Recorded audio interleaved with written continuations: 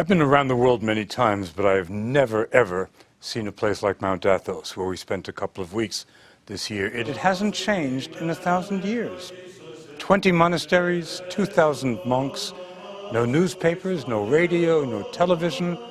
And we had such a good time that I would urge anyone else to go, except half of you won't be able to go because a woman hasn't been allowed in Mount Athos in more than 1,000 years.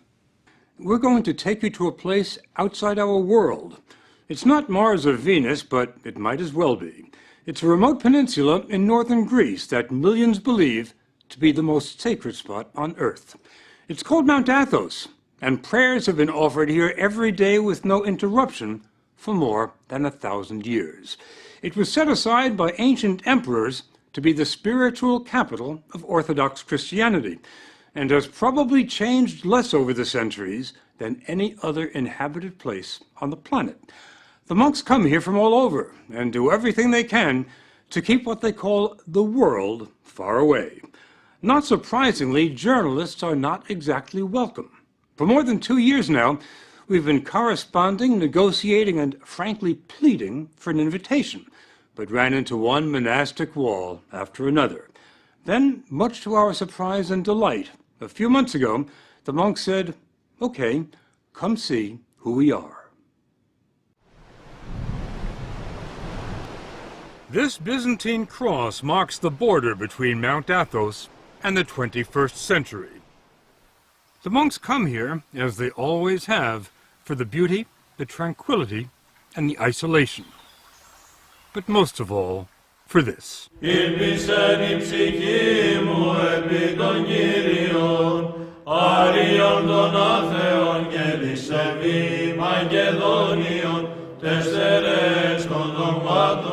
Father Yakovos is one of the few Americans on the mountain. He's been here more than half his life.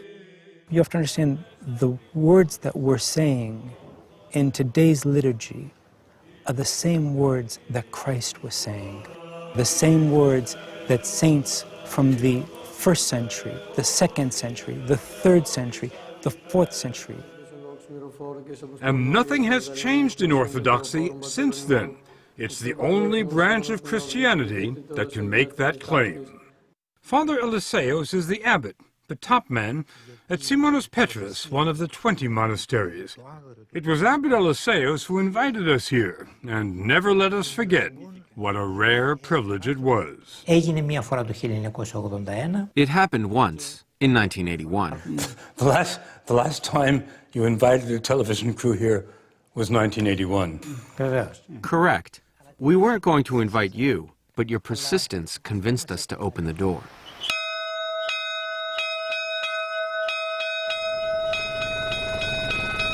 The door he opened revealed the wonder that is Simonos Petros, which fits like a crown on top of a rock 800 feet above the Aegean.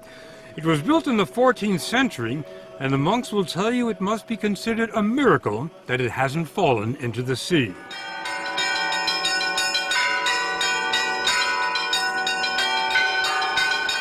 There are 20 monasteries on Mount Athos. Some look like medieval fortresses. Others are so large they resemble small cities. They rise from virgin forests and line the coast, shrouded in mist. There's nothing on this 130-square-mile peninsula other than monasteries and monks. Nothing. We expected Mount Athos to be a quiet place, but we couldn't have imagined how quiet until we were dropped off here. The silence is only broken by the occasional tapping on a chiseled piece of chestnut. It's a call to prayer, and it started being used here before there were bells. The monks here have one goal, and that is how to get closer to God. Father Serapion wanted us to understand that there is no place on earth closer to heaven than Mount Athos. Every day, 1,000 divine liturgies are celebrated on the peninsula. It's unique in the world and in the Orthodox Church. Exactly what makes it unique? It's the absolute way of life of the monks. It's a Spartan way of life, but all the monks we talked to said they never want to leave, not even for a day. So they try to be self-sufficient. They grow their own fruits and vegetables, do their own tailoring, and when they get sick, there's an in-monastery doctor, Father Imolaos, who's not very busy because the monks are in excellent shape. There's remarkably little cancer, virtually no heart disease or Alzheimer's. They must be doing something right in addition to drinking wine at 9 in the morning. They eat 2 meals a day. There's what they call the first meal, which lasts 10 minutes, and the second meal, which lasts 10 minutes. There's no meat and no dinner table conversation. The only sound, a monk reading from sacred texts. We were surprised by how busy the monks are. When they're not praying, they're working. Father Theodosius, born a Lutheran in Germany, is a mechanical wizard who has given the monastery continuous electricity and occasional hot water. Many Christians in the world, they are looking for the original church, for the ancient church. Do you think this is the closest to the original church? Yes. When you come to Orthodoxy, you will see it has everything you ever sought for. Father Averkios takes care of the ancient footpaths here. He clears the trails. We went with him on what was, for us, an exhausting hike on the hills above the monastery. It wasn't tough for him, though. He says that after decades of roaming the world, this is his path. I've been to many places. Tell me where. From Switzerland, of course, from Sweden, Finland, Spain, Portugal, Singapore, Australia, and Texas. Texas. How did you like Texas? I liked very much. I liked mostly the people. Now, with all the traveling you've done, how did you end up here? I was searching for a way of life. I can give all of myself to that. And I think the God of Jesus is above all the others, money, lifestyle, even family. The family at Simonas Petras consists of 54 monks from 8 countries. Father Yakovos came here 25 years ago from Winthrop, Massachusetts. This is about as beautiful as it gets. I think so.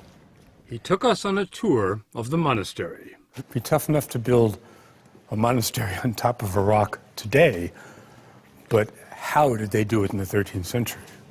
You know, that's something which even modern-day architects are amazed at.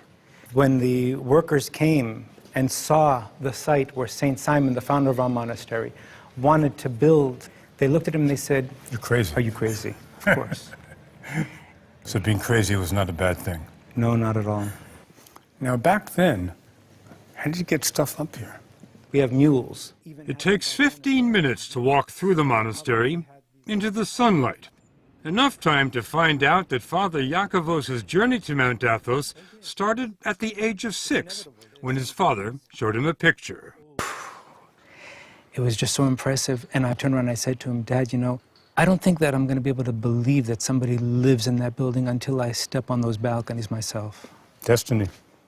It is a little bit too. From the age of 6. Yes.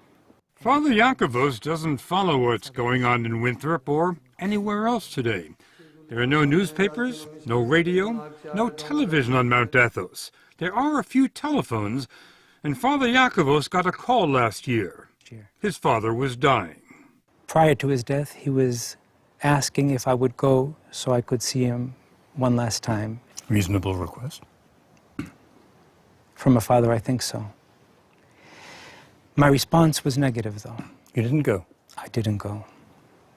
I didn't go because of the fact that monastics do not go to funerals of their relatives or their friends. They remain here at the monastery. When your father asked you to come see him one last time, and you said no, was there any feeling of I'm letting my father down? Not at all. I know that we're going to see each other in paradise one day. The whole idea at Mount Athos is not only to isolate oneself from the outside world, but to let go of all memories of one's past life. The purpose of your being here, as I understand it, is prayer without distraction. I'm not being distracted now. Why are you laughing? First tell me why you're laughing. Why am I laughing? Because St. Paul says we're to pray unceasingly. What's funny about that? That's not what's funny about it. What's funny is how you think I can stop praying. You're praying every minute of the day. Even right now when we're talking. Really? Of course. You don't see Father Iakovos praying while he's talking, but look at these other monks. Their lips never stop moving, not for a second. They just keep reciting the Jesus prayer day and night. Lord Jesus, have mercy on me. It becomes like breathing. Some monks say they can pray when they sleep, and they get no more than 3 hours sleep a night. But Mount Athos gets more applicants than it can handle. It's harder to get into than Harvard. The man comes as a novice, he's free to leave if he doesn't like it, and the monks can tell him to leave if they don't like him. When a novice arrives here, can you tell whether he's going to make it or not? Can you tell whether he's going to qualify to be a monk? Όχι παραπάνω από ελάχιστο χρόνο το καταλαβαίνουμε. After a while, it becomes pretty obvious whether or not someone is cut out for it, which is why we have a trial period, which can last up to 3 years. I bet you know a lot sooner than 3 years. Vevers. Certainly. Once he's accepted into the community, it's a lifetime commitment, and life never changes here. Never.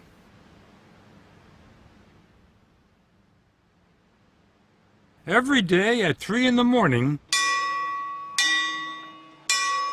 a single bell rings, informing the brothers that it's time to stop praying on their own and start praying in church. On a typical day, and every day is a typical day, the services last 8 hours. The monks say it's an 8-hour conversation with God, a dress rehearsal for eternity. And remember, this doesn't only happen on Sundays, it happens every day, 365 days a year. A monk never gets a day off. This is the Divine Liturgy, the life of Christ celebrated by men whose only passion is to move closer to Christ every day. The depth of their devotion defies description. They didn't look like the same monks we had met in the gardens and the workshops. They were utterly transformed, with a concentration so profound they were immune from distraction. There were occasional flashes of ecstasy. This old monk could have risen out of a Rembrandt. Βούλομαι προσεύχεστε τους άνδρας εν παντή τόπο.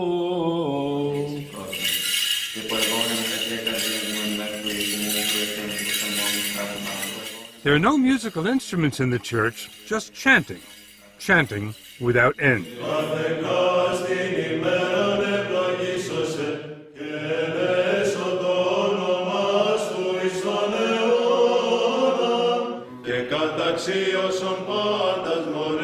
Many of the voices, the basses in particular, could have made it at the Met.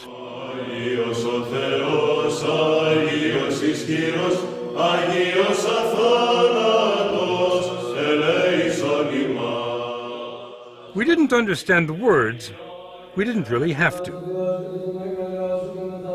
This phrase we knew.